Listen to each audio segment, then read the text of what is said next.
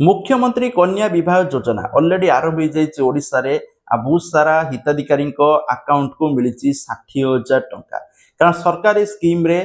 झील विवाह कले 60,000 टंका दौरान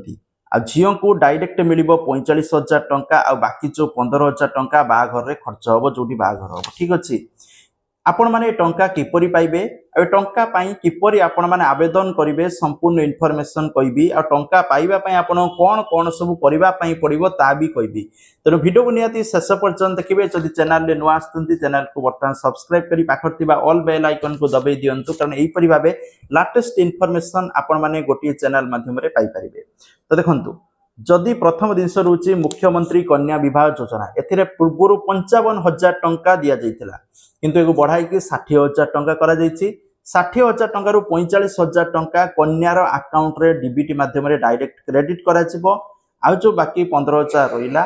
सेटा विवाह खर्च रे जीव साजसज्जा सब जिनस पत्र अछि ता 10,000 टंका मध्य झियो को पाउजी चूड़ी ए सब जिनस जो साड़ी चूड़ी ए सब दिया छिबो ठीक अछि गिफ्ट देबे सरकार।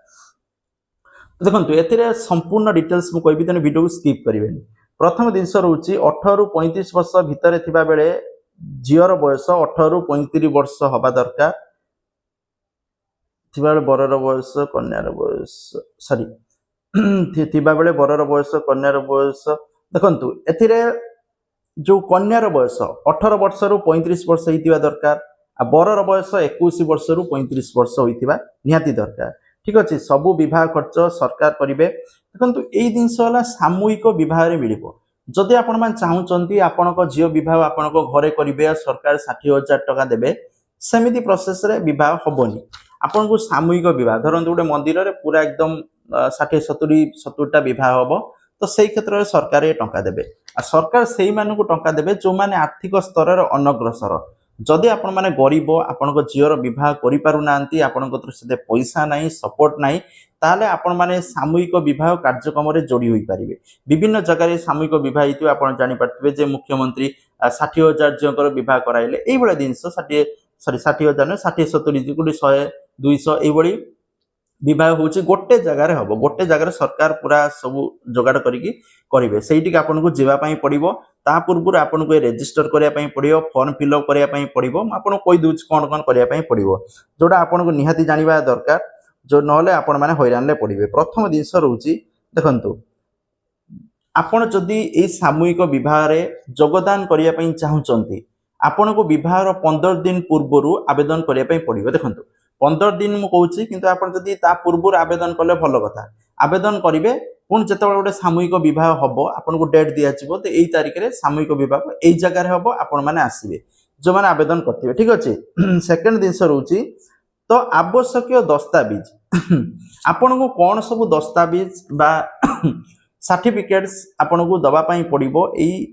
विवाह कार्यक्रम जोग देवाई। प्रथम दिन रोचे बर और कन्यार आधार कार्ड दरकार बयस प्रमाण पत्र 10th श्रेणी सर्टिफिकेट आपण माने बर कन्या देबे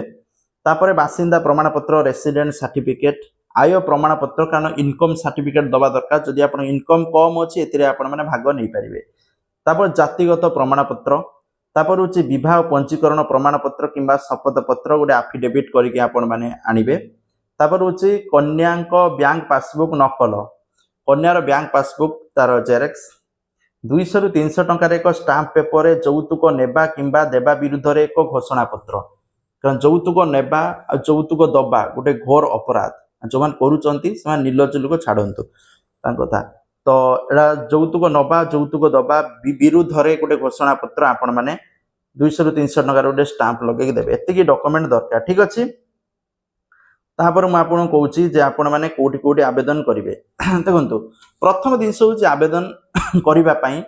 आपण माने अंगनवाड़ी केंद्र जाईकी आवेदन करि परिबे अंगनवाड़ी केंद्र जो कर्मी अछंती ताको थ्रो रे मध्ये आपण माने आवेदन करि परिबे आवेदन पई कोनोसी टंका देबा को पड़िबोनी नहले आपण माने आरटीपीएस काउंटर निज ब्लॉक ऑफिस रे थिबा आरटीपीएस काउंटर रे मध्ये आवेदन ग्रहण करा जाय आपण को ब्लॉक जोडी अछि आपण माने जानथिबे आपण को जिल्ला रे कोडी ब्लॉक अछि आपण ब्लॉक रे जाईकी आरटीपीएस काउंटर नहले सेठी पचारि परिबे